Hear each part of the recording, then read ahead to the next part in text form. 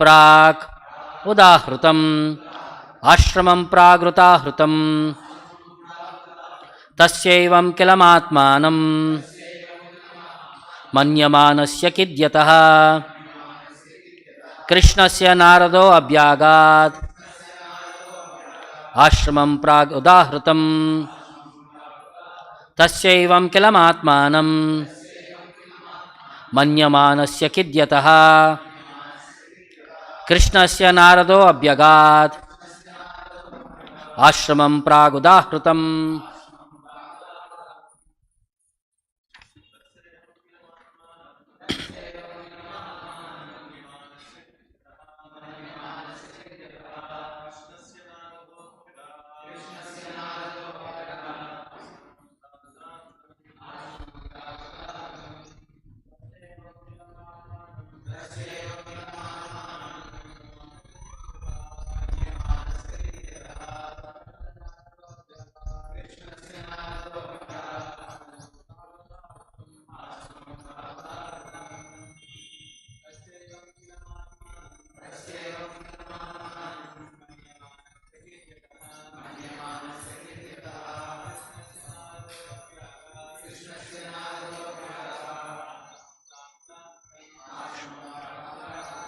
तस्या his एवं thus खिलम inferior आत्मानं soul मन्यमानस्या thinking within the mind खिद्यतः regretting कृष्णस्या of Kṛṣṇa-dvaipāyana Vyāsa Nārada abhyagat Nārada came there ashramam the cottage Prak, before, Udahrutam, said. Translation and purport by Jagadguru Srila Prabhupada. As mentioned before, Nārada reached the cottage of Kṛṣṇa-dvaipāyana Vyāsa on the banks of the Sarasvatī, just as Vyāsadeva was regretting his defects. Please repeat the translation. As mentioned before, Nārada reached the cottage of Kṛṣṇa-dvaipāyana Vyāsa on the banks of the Sarasvatī, just as Vyāsadeva was regretting his defects. Purport by Srila Prabhupada. The vacuum felt by Vyāsadeva was not due to his lack of knowledge. Bhagavata Dharma is purely devotion service of the Lord, to which monist has no access. The monist is not counted among the Paramahamsas, the most perfect of the renounced order of life. Srimad Bhagavatam is full of narrations of the transcendental activities of the personality of Godhead. Although Vyāsadeva was an empowered divinity, he still felt dissatisfaction because in none of his works were the transcendental activities of the Lord properly explained. The inspiration was infused by Sri Krishna directly in the heart of Vyāsadeva, and thus he felt the vacuum as explained above. It is definitely expressed here without the transcendental loving service of the Lord, everything is void. But in the transcendental service of the Lord, everything is tangible without any separate attempt at fruitive work or empiric philosophical speculation. Next verse, I'll recite myself. Tam abhijñāya sahasa pratyutyāya agatam munihi pujayamasha vidivan Nāradam sura pujitam. At the auspicious arrival of Sri Nārada, Sri Vyāsadeva got up respectfully and worshipped him, giving him venerations equal to that given to Brahmaji, the creator. Purport. Vidhi means Brahma, the first created living being. He is the original student as well as the professor of the Vedas. He learnt it from Sri Krishna and taught Nārada first. So Nārada is the second Acharya in the line of spiritual disciplic succession. He is a representative of Brahma and therefore he is respected equally like Brahma, the father of all Vidhis, regulations. Similarly, all other successive disciples in the chain are also equally respected as representatives of the original spiritual master. Thus ends the Bhaktivedanta purport of the first canto, 4th chapter of the Srimad Bhagavatam entitled The Appearance of Sri Nārada. Om Ajnanatimirandasya Jnananjana Shalakaya Chakshuram Militam Yena Tasmai Shri Gurave Namaha Nama Om Vishnupadaya Krishna Prishtaya Bhutale Srimate Bhaktivedanta Swamy Nitinamine Namaste Sarasvate Deve Gauravani Pracharine Nirvishesha Shunyavadi Paschatya Deshatarine Jaya Shri Krishna Chaitanya Prabhu Nityananda Shri Advaita Gadadara Shri Vyāsadeva Gaura Bhaktarvrinda Hare Krishna, Krishna Krishna, Hare Hare, Hare Rama, Rama Rama, Hare Hare. So this is the conclusion of the chapter, as explained in the last session. Vyāsadeva was deliberating why he is not satisfied. He almost found this solution. So at that particular moment, when he was regretting the defects, Narada Muni appeared at this situation. So this verse continues with the point saying, Tasyevam kilam atmanam. He is thinking himself, he is not fully done his activity. Atmanam kilam, as inferior. Manyamanasya kidyataha. Manyamanasya, when he was contemplating in the mind, regret, kidyataha, regretting. Krishnasya, who? Kṛṣṇa-dvaipāyana Vyāsa. Nārada abhyagad. At that particular moment, Nārada had arrived at his ashrama. Ashramam prak udahritam. As explained before, ashramam, which is at a place called Sarasvatī, near the banks of Sarasvatī river. So Narada Muni had reached the situation. So inspiration of such feeling infused by Krishna in the heart of Vyāsadeva, because Vyāsadeva, that incompetence or incompleteness was due to Lord Krishna himself, so that the entire Bhagavatam comes out. Like how Arjuna was placed in a situation in the battlefield so that Bhagavad Gita comes out, Vyāsadeva was placed in a situation so that Bhagavatam compilation comes out. So in that purport also says, without transcendental loving service of the Lord, everything is void. But in the transcendental service of the Lord, everything is tangible without any separate attempt at fruitive work or emphoric philosophical speculation. So bhakti is free from all tinges of karma and jnana. It doesn't require any of these endeavors. So in that way, bhakti is given the highest priority, and Bhagavatam is completely about this devotion service only, because it speaks about the devotion service, the Supreme Lord and the devotees. And it is very it is very dear for Paramahamsas. That's what is mentioned here also. Srimad Bhagavatam Puranam Amalam Yad Vaishnavanam Priyam. Specifically for Vaishnavas. It's very dear. It is as if their life and soul. So as soon as Narada Muni had come, so Vyāsadeva, what did he do? Tam abhijnaya sahasa. So all of a sudden when he saw Narada Muni there, Pratyutyaya agatam munihi. He got up, Pratyutyaya. Then, as soon as Narada Muni visited agatam munihi, Vyāsadeva, first he stood up to give respect. Pujayam asha vidvan. Then he offered him the formalities of receiving a guest. Naradam sura pujitam. And who was that person? That guest was Narada, who was worshipped by even the great demigods. Sura pujitam. Because he is Deva Rishi. He is the Rishi among Devas. So in that purport, Prabhupada explains, so the way how to receive a guest. So Narada Muni, since he is a representative in the Vaishnava Parampara, where he is representing Lord Brahma, the original creator, the original spiritual master, who is Lord Krishna in the disciplic succession. So everybody have to be respected in the same way like Lord Brahma. Vidhi means Brahma, who is the first created living being and father of all regulations Vidhis. Since Brahma is the first student and professor of Vedas, Nārada his disciple, all successive disciples in this chain are to be equally respected as representatives of the original spiritual master. So it is a duty, because the spiritual master is the one who is always mentioned as a transparent via media. In one of our initiation questions also this will be there. What is this transparent via media? Is it one way? Is it two ways? So it will be two ways. So as the knowledge comes from the superiors, it will be passed on exactly. And when a disciple is offering something, it will be passed on to the superiors exactly. So he is a transparent. There is completely nothing to interfere. No, personally, he doesn't claim anything. So that's why they are given all respect, because they represent the Supreme Lord incomplete. Sakshat Daritvena, we every day sing. He is Sakshat Hari. Because he is completely aware of all the Vedic knowledges, conclusions. Sakshat Haritvena Samasta Shastra. So he is in complete knowledge of all the Vedic literatures which specifically talk about the devotional service. So in one particular part also, in one lecture, Prabhupada says, this is in one BTG magazine, just as Vyāsadeva was trying to locate the defect in himself, Nārada reached the Vyasa's cottage on the bank of river Sarasvatī. On seeing Nārada, Srila Vyāsadeva got up in respect and offered his master all worship. Nārada then took a comfortable seat and began to address his disciple. As Nārada spoke, he was smiling because he knew the cause of Vyāsadeva's disappointment. Nārada inquired, "Are you not satisfied with identifying the body or mind as the object of self-realization?"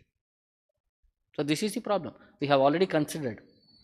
Because the devotional service is not emphasized, everything is emphasized more of pious activity, karma kandya based. What is beneficial for this body or what is beneficial in the perspective of mind. But the concept of body and the mind as a self can never bring happiness because the body is subject to so many miseries and is only temporary, whereas the real self is eternal. So this clear distinction.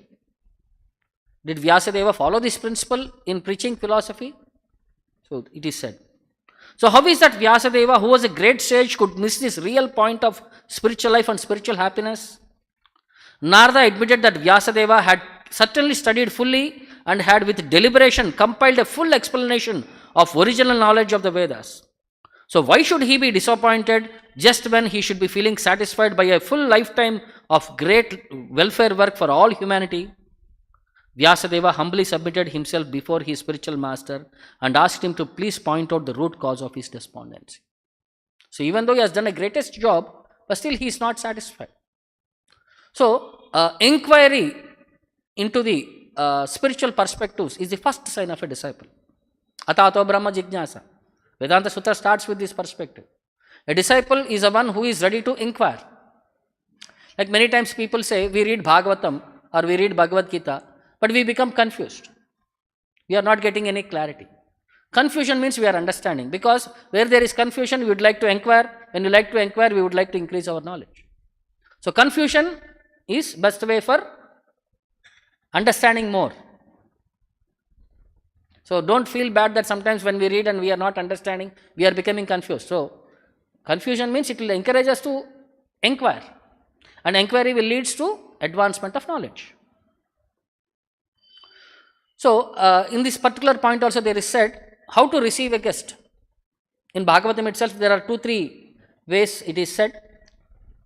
When a guest comes, you should first give him, wash his feet, make him sit on a asana, then with sweet words offer him water, some fruits, some basic things. If a person is not capable of even any of these things, so at least with sweet words he should give a straw mat to sit down. At least a glass of water can be offered. And this, in this Vedic way, the etiquette, the Atithi is taken care of so nicely. There is one statement even that a enemy comes. If he is taken care so nicely that he will forget his enmity. So there are rules and regulations in receiving the guest. Because not always the time the guest will be informing us and coming. That's why it is called as Atithi. Tithi means a regulated time. Atithi means one who doesn't come prior informed, who comes accidentally. That's why it's called as Atithi. And treating a guest properly is also one of our samskara. Atithi devo bhava we say. So Bhagavatam in some places has glorified this perspective that Atithis, the representatives, have to be given proper respect. What is best possible of your capacity? If you are a king, give a royal reception. But if you are a poor person, give what is best, what you can offer. Like sometimes we see, Krishna had said, Patram pushpam phalam toyam yome bhakta prayachati. Just offer fruit, flower, leaf and water. So people think this is the 4 what Krishna had asked. So I'll offer only these 4 categories. Even though he may be a richest man, He'll say, because Krishna had said, just offer these four, I'll offer only these four categories. Some little water, one fruit. Even Krishna is saying, of your capacity, what best you can offer, you offer. Why you have to limit only to these four things?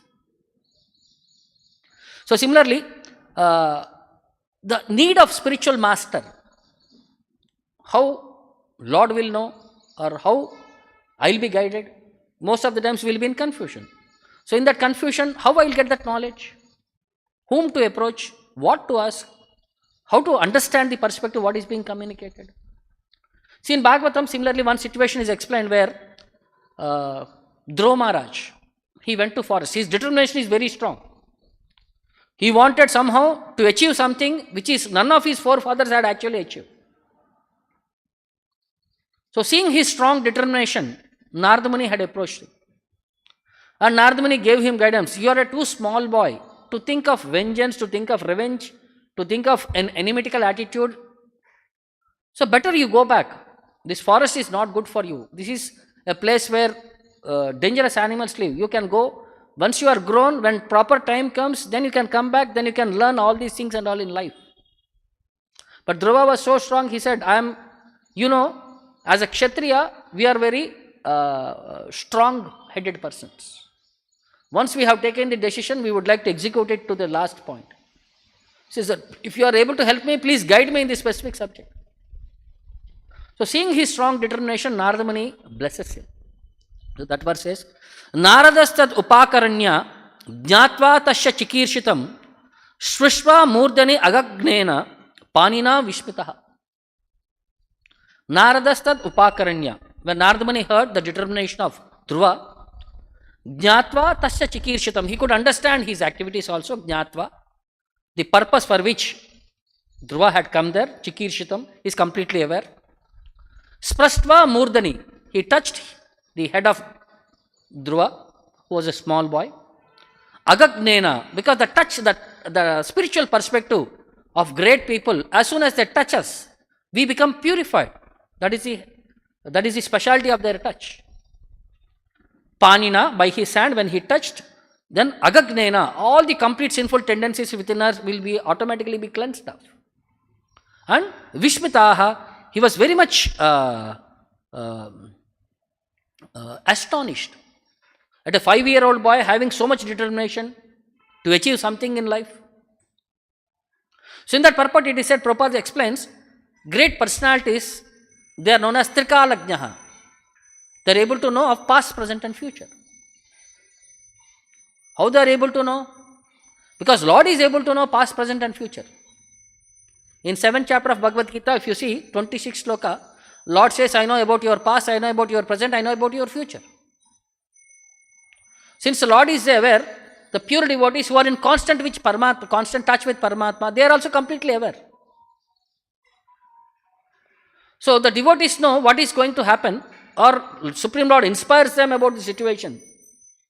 So Nārada Muni reached there, and it is said that, Prabhupada says, the Lord is present in everyone's heart. As soon as he understands that a living entity is serious about entering into devotional service, he sends his representative.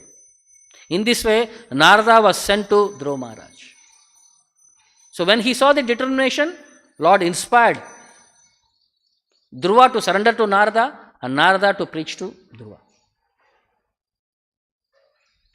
So the importance of accepting spiritual master in one's life is glorified across all the scriptures. Even in Bhagavad Gita, when Krishna explained 3rd chapter, the entire Karma Kanda philosophy system. But in the 4th chapter also he gave various topics about transcendental knowledge. Then various sacrifices. At that he says, after that, if you have to understand this knowledge, you have to approach a spiritual master. Tadvidhi pranipatena. Pariprashnena sevaya. Upadekshantite jnanam jnaninaha tattvadarshina. So 2 things he had mentioned there. 1, the disciple, what he should do when he approaches a spiritual master. Second, what are the qualifications of that spiritual master? So, service, inquiry, what is one more? Surrender. Surrender, service, inquiry are the first things that are the requisites of the disciple. From the spiritual master's perspective, Jnaninaha Tattvadarshinaha. He is complete knowledge and he is seen the absolute truth. So if you approach that spiritual master, what will be the benefit? What will be your understanding? How you will be able to advance? Yajñatva na punarmoham evam yashashi pandava. When you associate with that personality, yajñatva na punarmoham. If you come to that proper tattva, you will not again come under illusion. So that is the greatness of that spiritual master. So Bhagavatam, when Krishna was teaching to Uddhava Gita, he also certifies the importance of spiritual master by saying, Yasman abhikshanam seveta niyaman matparah kvachit mad abhijñam gurum shantam upasita madatmakam. So, yamam abhikshmam sevata. One should accept me as a supreme goal of life. And should strictly observe all the scriptural injunctions forbidding sinful activities. Yama means regulations. Yama, niyama. So, all the rules and regulations have to be practiced. And niyaman mat parah kvachid. Yama, niyama. Do's and do nots. So, do's have to be done and do nots have to be avoided. Jai Shri Radha Govinda ki. Then, Upasita Gurum. One should approach the Supreme Lord's representative as spiritual master, Upasita. Then, Mat Abhijñam. What is his qualification? He is in complete knowledge of the Supreme Lord. Mat Abhijñam. Then, Shantam. He is very peaceful. And Madatmakam, who by spiritual elevation is non-different from me. See, that person we have to approach and surrender. Now, next. So, when you surrender, what will happen to us? Krupaya Kṛṣṇa-devasya tad bhakta jana sangataha bhakter mahatmyam akaranya tam ichcham sadgurum bhajet. By the mercy of the Lord, Krupaya Kṛṣṇa-devasya tad bhakta jana sangataha. One gets an opportunity to associate with his devotees. And in such association, Bhakter Mahatmyam Akaranya, when you hear the glories of devotion service in their association, Bhakter Mahatmyam Akaranya, when you hear, Tam Ichcham Sadgurum Bhajet. Then one should take the shelter of such a bona fide spiritual master by which we will be able to render pure devotion service. So when you or in the association, it gives an opportunity to hear about the devotees. And when you are engaged in the association of spiritual master, it will encourage us to participate in devotion service.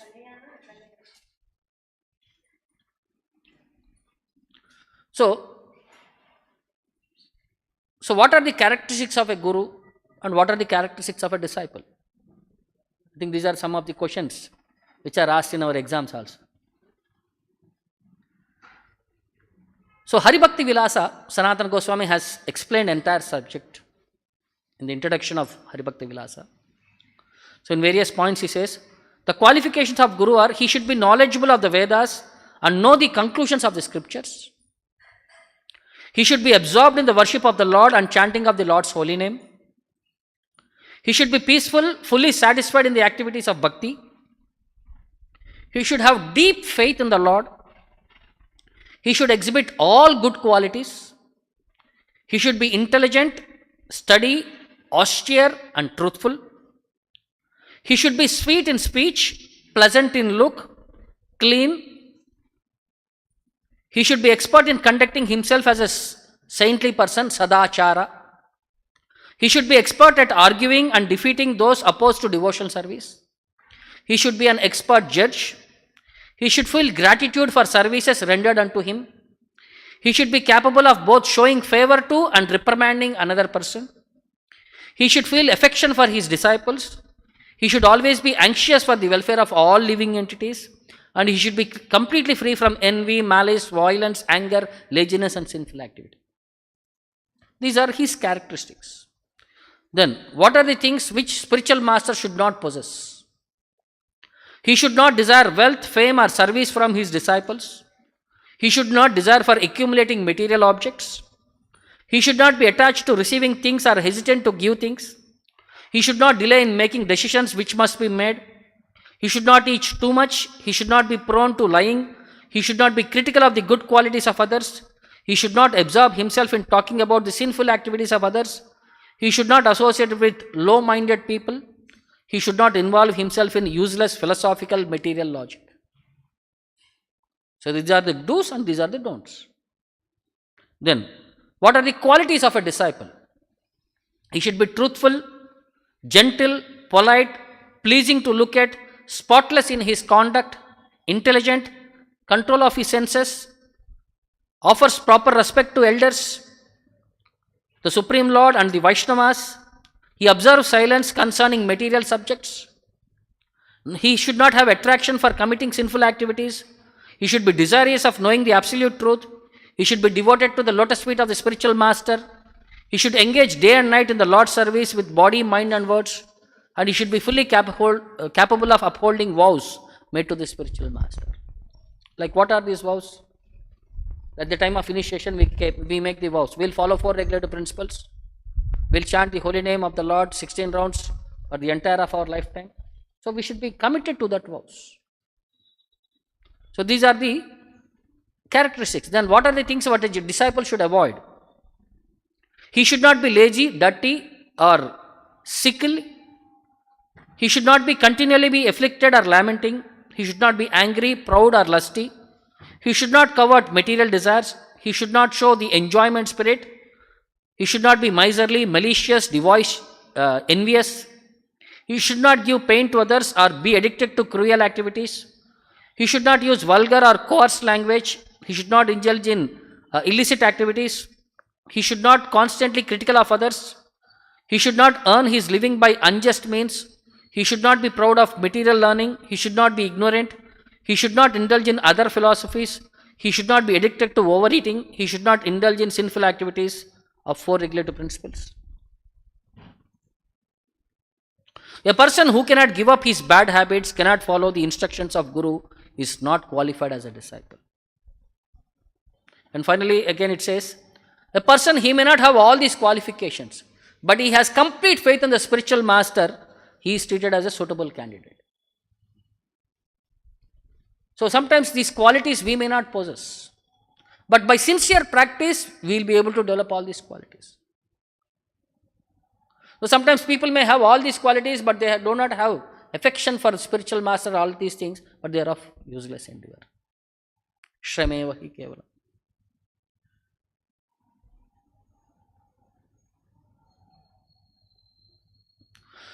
So when Narada Muni was also teaching to Prachina Barhishit in the 4th canto ending, because he was also involved in too much karmakandiya activity. So to bring him out of that karmakandiya concept and make him a pure devotee, so Narada Muni preaches to him, he says, Atatmano artha bhutasya. So everyone who is endeavoring for ultimate benefit of life, yato anartha paramparaha, and one should try to endeavor to get out of this anarthas, unwanted things. Samspriter tad vyavacheda. What is that unwanted things? It is cycle of birth and death. Bhaktya paramaya guru. One should, the only remedy for all these things is Bhaktya paramaya guru. Is to surrender unto the Supreme Lord through his representative. This is the only solution. Because Vasudeve Bhagavati Bhakti Yoga Samahitaha. By engaging in devotional service to Lord Vasudeva, Sadrinchenna Vairagyam. Immediately one develops the Vairagya aspect, detachment. And Jnanam cha Janayishyati. And knowledge, transcendental knowledge, which is required for engaging in this devotional service, automatically comes within us. So service to this spiritual master is given the prime priority.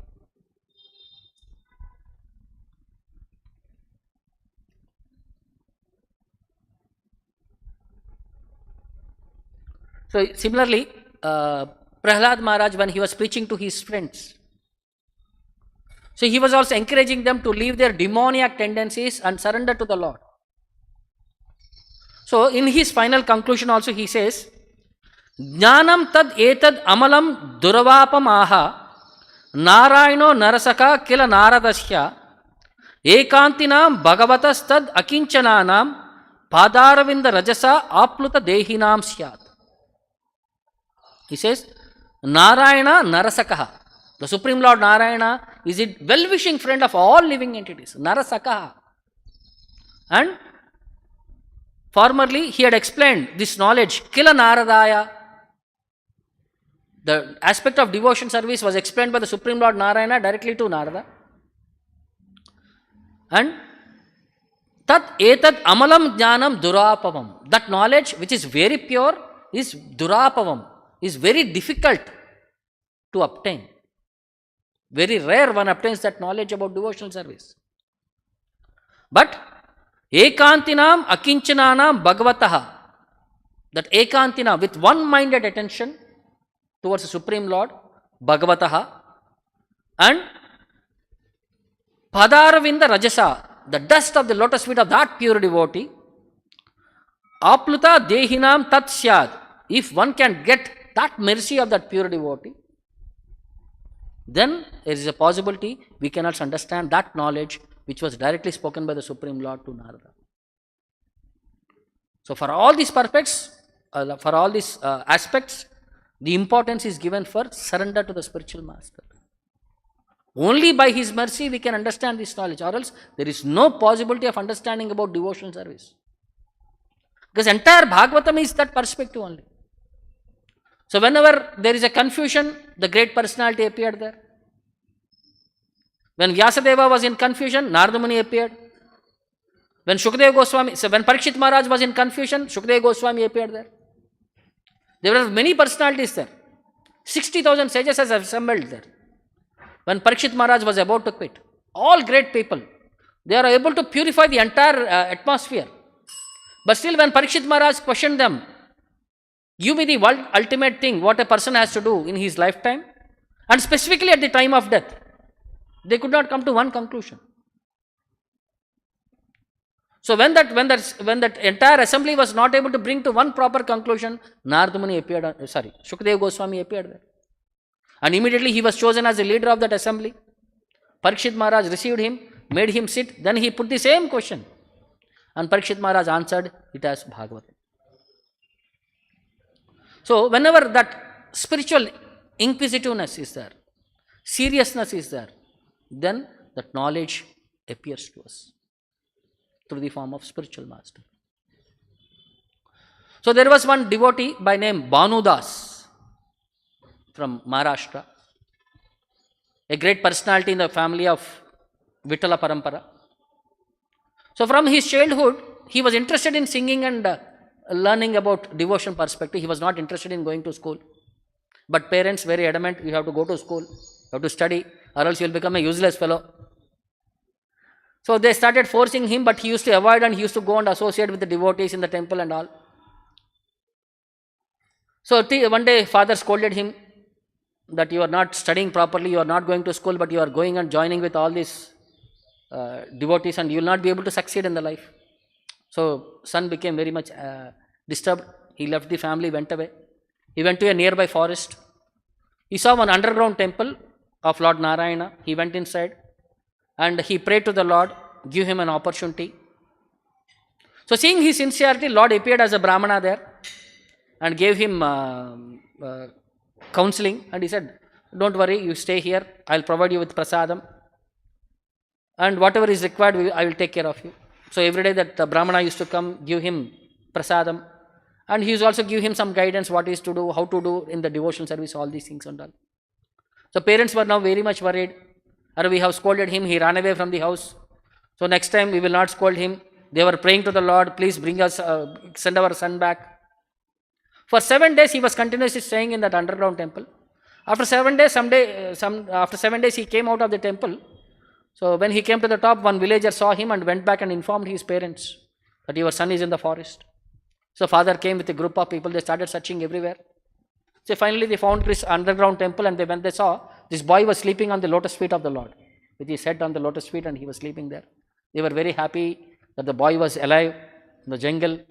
And when they woke up the boy, and the boy explained how he was survived for 7 days, how the pujari was coming and giving him the prasadam, and they all felt that actually it was the Lord who was taking care of that boy. So they took him home. So they did not pressurize him to study further. They gave him an opportunity to practice spirituality. So he associated with the local devotees there, and he became more and more inclined in devotional perspectives. In the meantime, he was married. He had children. As time passes, father passed away. Parents passed away. Now it is upon him to take care of his family. No, but he was not that inclined to take, because he was completely dependent upon the Lord. But relatives and all came and informed him, no, it is your duty to take the responsibility. So we will fund you some amount. You start a business.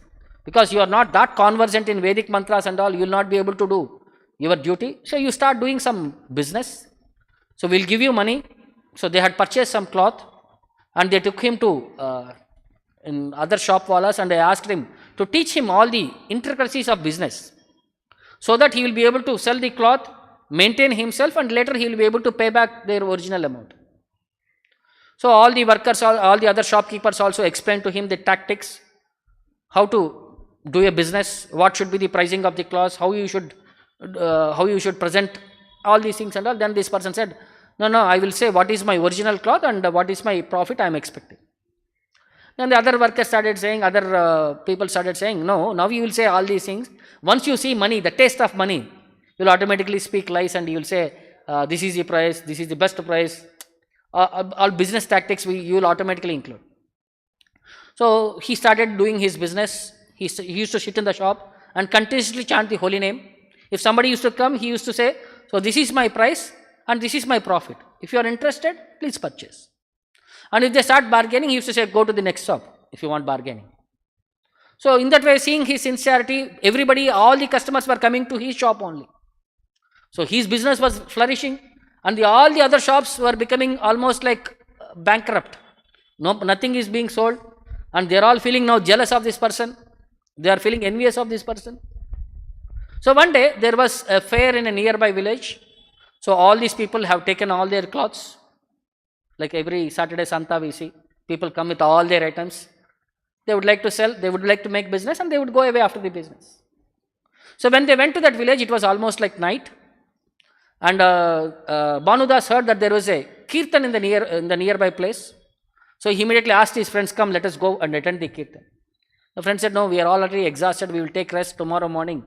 Again, the business will be there, it will be very difficult for us. Because they are all not devotionally inclined. But he said, okay, take care of my horse, take care of my cart, take care of my clothes, I will go and attend. So he went, attended the program, then he paid obeisances to all the great personalities there, and he was starting chanting, dancing. He was fully engrossed in the program. In the meantime, these fellow workers, they were all thinking, this because of this person Bhanudas, we have lost all our businesses and all. Let us do one thing, we will throw all his clothes into the pit, we will leave his horse, and we will all sleep, and when he comes and asks us, we will say, some thieves have come and stolen away your clothes and taken away your horse. So they left the horse, and the clothes were all thrown into a pit, and they all went to sleep. And if you do harm to a devotee, will Lord be silent? Then immediately Vittala came, he became like an old man, took that horse, and he was sitting in the market. And by the will of the Lord, really thieves came, took all their clothes, took all their entities, and they went away. Now the next kirtan was over, and he came back, he was coming very happily, and when he was coming on the way, he saw one old man holding his horse. He immediately went to the old man. And as soon as he went, the old man vanished. So he took his horse and came back to the place where other workers are there, other people are there, other traders are there. All the other traders are crying. Then they come and fall at his feet and they beg forgiveness. We wanted to harm you, but actually Lord punished us. So all our clothes went away, all our things are vanished away. Then he understood, since Lord is taking care of me, why I should engage in all these materialistic activities of business, all these things and all. If Lord will provide, he will provide. So then he distributed all the clothes and he said, you take care of the business, thank you, and he went away home. In the meantime, there was a king of a province, of that entire province known as Rajaram, and his capital was Vidyanagara. So one day one Brahmana from Pandharipur visited him and he wanted some financial assistance. So when this Brahmana reached, the king was about to worship his deity, Ambika Devi. So he took that Brahmana also with him, and he saw the temple was gorgeously built, silver, gold, nicely decorated, opulent, nice forest, and very royal opulence and all he was given to Ambika Devi. So after his worship is done, he came back and he informed the Brahmana, have you ever seen such a great worship happen? Does your Lord Vittala in Pandharpur receive such a gorgeous worship? So you people are such a bikaris, you have come from Pandharpur to beg from me. What and all can you offer to the Lord? Like he started deriding the Supreme Lord, and he started deriding the devotees there. The way of worship, he is saying, worship of Ambika is much greater. See how royally I am worshipping. I think Vittala will not be receiving his basic needs also. Then that Brahmana became very angry. He started scolding him, that king. He said, what do you think of yourself? Have you ever seen Pandharpur? Lord Vittala is a majestic person. He is like a king there, and his temple is like a palace there, and everything is built with like Navaratnas and all. There are wish-fulfilling Kamadhenu cows and Kalpavruksha trees. He started glorifying like a spiritual world. He had explained Pandharpur. King became enraged. How you are able to deride me? You are counteracting me. He asked the Brahmana to be punished immediately. The Brahmana said, you are acting such a foolish person without actually seeing how you can know that Pandharpur is that glorious or not. Now king said, okay, since you are saying, let us go and see. If Pandharpur is not as you have explained, if Lord Vittala is not as you have explained, you will be punished. Then both of them started. In the entire pathway, the Brahmana was praying to the Lord, see, I have promised something. Now it is up to you to maintain yourself. So when they came there, as they entered the city, the king was able to visualize, as explained, the entire city was made of gold. He was able to see the Surabhi cows running here and there. He was able to see great devotees chanting and dancing in ecstasy. He was able to see the Kalpavruksha trees. As soon as he entered the Lord Vittala, he saw all the 33 crore demigods were standing there in line, and they were all coming and they were all serving. Even the Ambika whom he was worshipping, she was standing as a maid servant in front of the Lord and doing basic cleaning service and purifying herself. Like all rivers personified, he would be able to visualize the entire spiritual world. Then king came out, fell down at the feet of that Brahmana. He said, you are my Sadguru. You have given me the real vision of that Supreme Lord, the spiritual world. I have seen much more than what you have explained. Then he immediately fell down at the feet of Lord Vittala and prayed, please come and give me an opportunity to serve you. The Lord said, on one condition I will come. When you disrespect any of my devotee, I will come back immediately. Till that condition, I will be able to accept your worship. So, and nobody could stop him because he was the king. The king took away the deity. And he also put a one condition, if you stop me, if you put me on ground anywhere, you will not be able to move me from there. So he arranged various people at different places. Finally, he took the deity to his capital. In the meantime, in Ashada month, on the Ekadashi day, the entire devotees walked to Pandharpur to have darshan. They are called as Varkaris. The entire path they will be singing and dancing, and when they reach the Lord, they have darshan. But this time when they came there, Lord was not there. They were all very much dissatisfied, and they were all thinking how to get back the Lord. So in that group assembly, when they were deciding who will go, convince the king to bring back the deity, then Bhanudas agreed that he will go. After many days of walking, he reached Vidyanagara. He asked the local people there, where is the deity? Everybody were very afraid because the king will punish him. Then one Vaishnava said that the deity is being worshipped in the king's private palace. So nobody was allowed access to that deity. So then Bhanudas, he came at the night. When he came at the night, by the will of the Lord, all the guards slept there. The doors got opened. Bhanudas went inside, had darshan. He paid obeisances. He offered prayers. And finally, he requested the Lord, why he is staying here? He should come back and give opportunity for other devotees to worship. Lord said, no, the king had forcefully brought me. So I am staying here. Tomorrow morning, I will start with you. You can take with me back to Pandharpur. And Lord gave him one of his jeweled necklace onto Bhanudas. So immediately Bhanudas came out and he went, took bath, and he took some rest. And the early morning, when the king came to offer his morning services, he saw that necklace was missing from the Lord. He immediately ordered people to go and search. The guards went everywhere. They found Bhanudas with that necklace. They immediately caught him. They brought him and they put him in front of the king. Then Bhanudas explained to him it was the Lord who had given him. But king did not hear. The king gave punishment that this man should be skinned his skin should be peeled off. So when they took him and when they were about to punish him, they asked him, what is your last desire? He said, before quitting my body, I just wanted to have darshan of Lord Vittala. The gods brought him in front of Vittala. Now he said, what is your plan? Why did you do all these things and all, my dear Lord?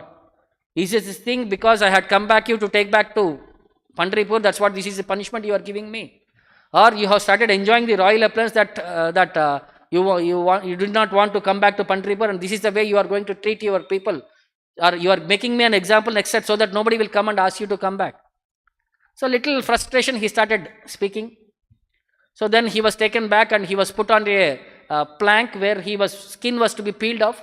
And suddenly at the last moment when they were about to hit him to remove the skin, the entire instruments failed and they all became like flowers, and there was a pushpa vrishti upon him. Then all the people, they became astonished, and immediately this message was brought to the king. Then king came and fell down at his feet and asked him beg forgiveness. And both of them, when they went in front of the Lord, then Lord said, please take me to Pandharpur. Then king started falling at the feet of Vittala and said, my dear Lord, you have promised me that you should stay here. So I promised you, but since you have broken your promise, that you have offended my devotee, now it is time for me to leave. Then this Bhanudas said, how I can lift you? You are so heavy. I cannot lift you from here to Pandharpur. Then Lord became so small that he was carried in his joli, a bag which he was having. So when he reached near Pandharpur by the will of the Lord, he went to water pass and Lord accepted a huge form. Again when he came back and he said, you are a huge form, how I can carry you? Then he said, go back to the temple, inform all the devotees there. They will come in a procession and they will take me in a royal way. So immediately Bhanudas went and informed all the priests and other devotees there. They all came with singing, kirtan and all the marching paraphernalia. They all took the Lord in a royal way. He was roamed around the city and again he was installed back at Pandharpur. So sometimes Lord enacts his pastimes to bring out the devotional service is the one which is binding the devotee. He gave the opportunity because of his past punya karma, something to enjoy the association. But the king was so greedy, he did not want others to enjoy that devotional service. So bhakti is such a way you give an opportunity for others to participate also. It is not seclusive. So in that way, Lord teaches through the devotees how one should act in devotional service and how one should take guidance from superior personalities. So this is what Nārada Muni and Vyāsadeva's conversation will be in the next chapter. So Bhagavatam gives us this complete knowledge how one should engage in devotional service. Precautions, what he has to follow, regulations, what he has to do, and practical aspects of everything what is required for a devotee are given in this Bhagavatam through the purports of Prabhupada with a fine tuning. So how one should implement in one's life are there. So it is easy for us if we follow things as it is. So I'll stop here. Any questions or doubts? Grandhara Srimad Bhagavatam ki, Jagat Guru Srila Prabhupada ki, Nitai Gaur Premanand. Hare Krishna golden temple వారి మరో అపురూప కానుక హరే కృష్ణ వాణి ఆధ్యాత్మిక మాసపత్రిక. ఇప్పుడు mobile app ద్వారా కూడా సులభంగా పత్రికలు చదువుకునే సౌకర్యం, వార్షిక సభ్యత్వం, భగవద్గీత, భాగవత ప్రవచనాలు, స్ఫూర్తి సందేశాలు, ఇంకా మరెన్నో సదుపాయాలతో హరే కృష్ణ వాణి మొబైల్ యాప్ నేడే డౌన్లోడ్ చేసుకోండి. మరిన్ని వివరాల కోసం కాల్ చేయండి 91